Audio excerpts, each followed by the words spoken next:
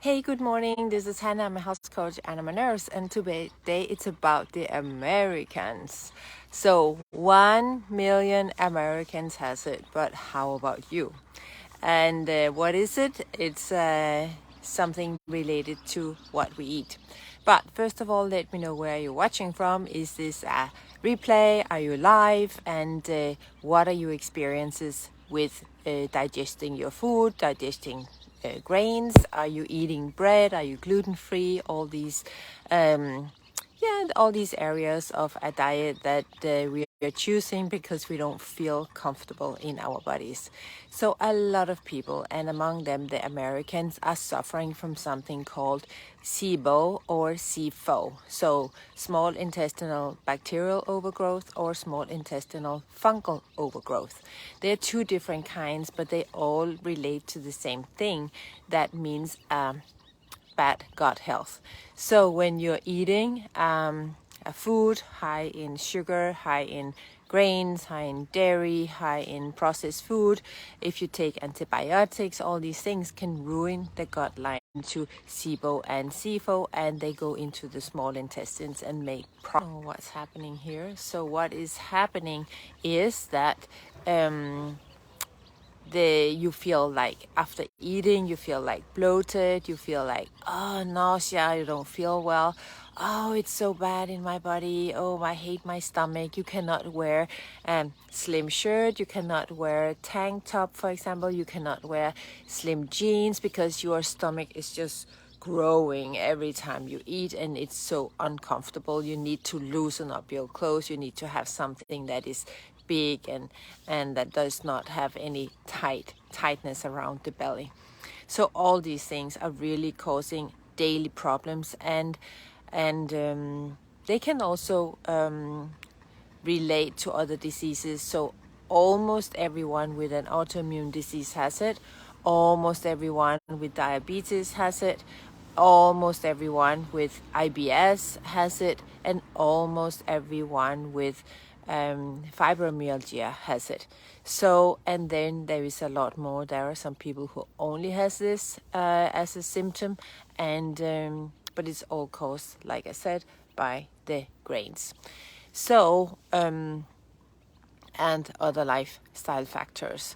So if you want to change any of this, you could put like lifestyle change in the comments, and I will come back to you, because there is so many things you can do on your own and you don't have to go and see the doctor. And if you do, probably the doctor is not does not have any advice on what to do. He will probably give you some medication, but the root cause is your lifestyle. So first of all, I have some free recipes, so put free recipes in the comments if you're interested in that. And then if you want more support, we can always talk. So that's it. But so the next thing is that when we eat, what I really want to explain, because I have explained a lot the previous videos, what wheat is doing in leaky gut, etc. But I think today we want to talk about what is the difference, what has happened to the grains, because they have changed. We know that our ancestors, like hundreds years ago, 1,000 years ago even, they ate grains because they were lacking food. So they developed the grains, and the grains that used to be healthy, because they ate it only maybe once a day, not 3, 4, 5, 6 times a day like we do now. We have wheat in everything. So what we want in the world, we wanted more food, and for food we mean that produce from the soil. So that could be like corn, that could be like rice, that could be like wheat. And in the Western world, we're producing a lot of corn and a lot of wheat. The problem is that we don't digest the wheat so well. And what they did was that usually when I was a child, so like 50 years ago, the wheat plants were like 1 meter, 120 meters high, and you could. It was not so tight when you looked into the field. But because they wanted to grow more wheat, they developed grains that were a lot bigger. So now the grains, comparing the outcome of harvesting the grains, so let's say the wheat could also be any other kind of produce on the field could also be like rye and barley and oats and stuff like this. But the grains is now of the one that we are harvesting with all the. I think we are having a little bit problems with the connection, but I hope that it's going to work. So the thing is that when we developed the grains, they got bigger and bigger and bigger, and now they are 400% bigger than they used to be. That means we have this heavy head full of grains, and of course the straw has to be different. So the straw is now shorter and thicker and stronger, so it can hold all these grains until the harvest.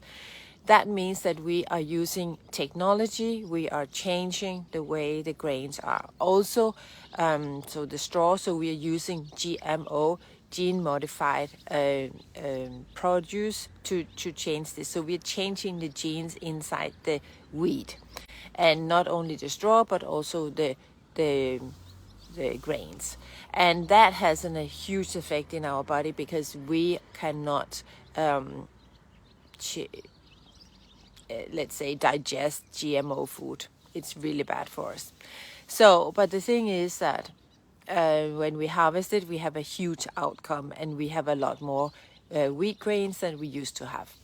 But the thing is that they also changed the protection against insects. So we don't want insects to eat our grains before we harvest them. Of course not. So naturally, the wheat, the grains have something inside called phytate acid.